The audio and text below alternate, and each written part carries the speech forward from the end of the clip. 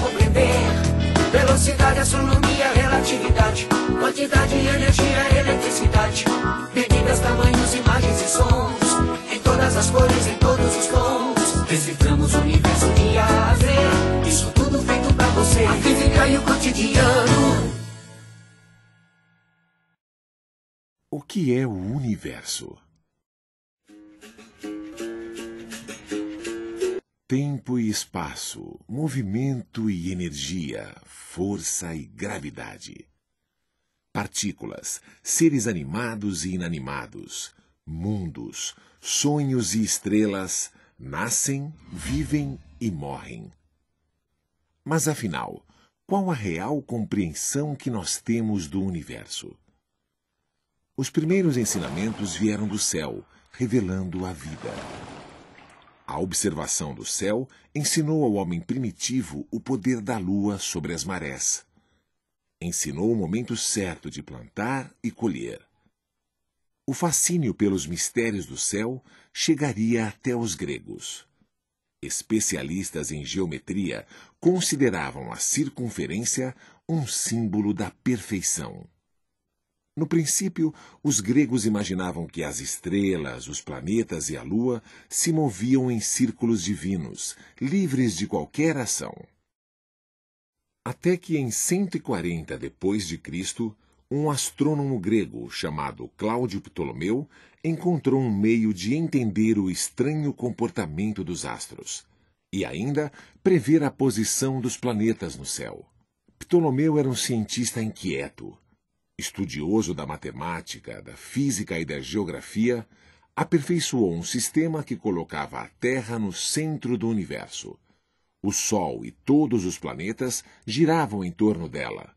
O sistema recebeu o nome de geocêntrico. O sistema de Ptolomeu admitia que cada esfera planetária descrevia uma pequena órbita circular, cujo centro descrevia outra órbita maior em torno da Terra.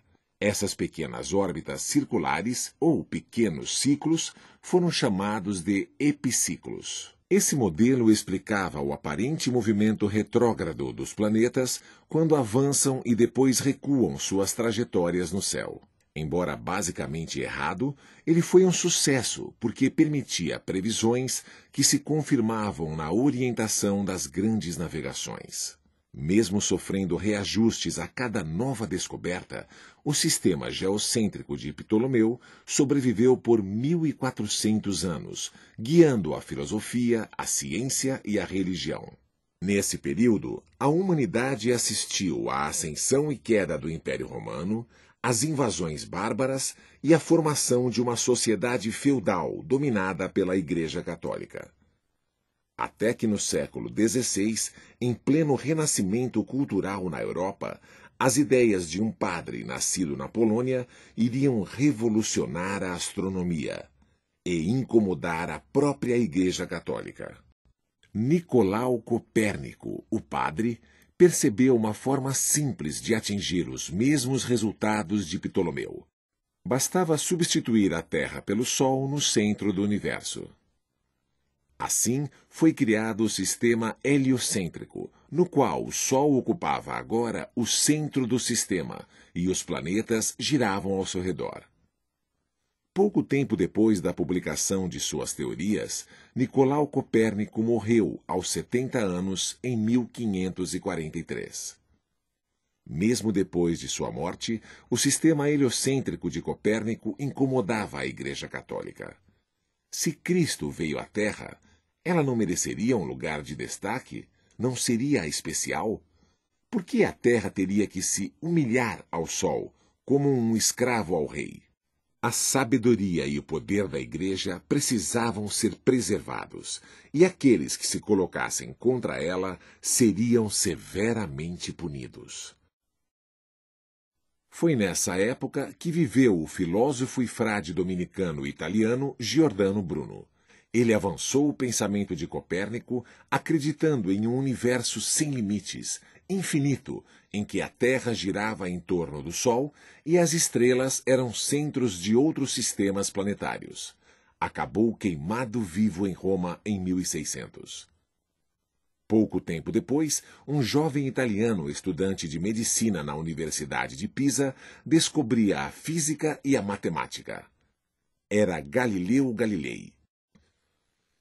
Intrigado com instrumentos ópticos utilizados como microscópios e lunetas inventados na Holanda, Galileu estudou e melhorou tais dispositivos, construindo seus próprios telescópios para observar os astros.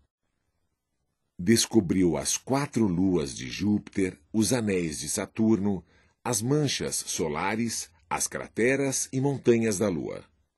Percebeu que o sistema heliocêntrico estava correto e concluiu que os corpos celestes não eram tão perfeitos e divinos como a Igreja afirmava. Julgado pelos tribunais da Inquisição, Galileu renegou suas ideias a respeito do movimento da Terra e acabou escapando da morte. Condenado à prisão perpétua, ao deixar o tribunal, afirmou "Eppur si muove", que em latim significa "e contudo ela se move". Na mesma época, na Alemanha, o matemático Johannes Kepler tem acesso às anotações do astrônomo dinamarquês Tycho Brahe. Surgem então as 3 leis que regem o movimento dos planetas e de outros corpos celestes. Já no final do século XVII, na Inglaterra, Isaac Newton reúne em uma só lei matemática as descobertas de Kepler e Galileu e enuncia a lei da gravitação universal. Era a fórmula para o entendimento do cosmo, que deixava de ser puro e divino e ganhava a dimensão das coisas terrenas, naturais, uma extensão da própria Terra.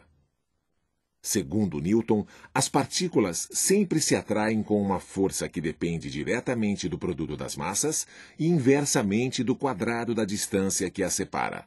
Ou seja, quanto maior a massa dos objetos e mais perto estiverem, maior a força entre eles. Essa atração garante estabilidade e evolução ao universo, sendo a força gravitacional a causa da movimentação dos planetas. Mas não seria apenas isso, concluiu o cientista Albert Einstein já na primeira parte do século XX.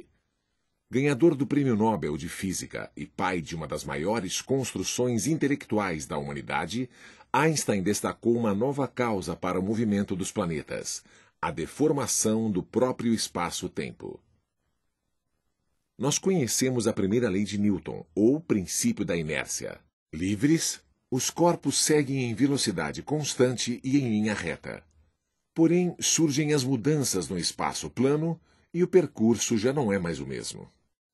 Trajetórias retilíneas passam a ser curvilíneas pela simples deformação do espaço. E assim acontece a atração gravitacional. Não mais uma força, como propunha Newton, mas uma alteração do próprio espaço causada pela presença da matéria. Tempo e espaço caminhando sempre juntos, moldando o universo. Essa foi uma das grandes sacadas de Einstein.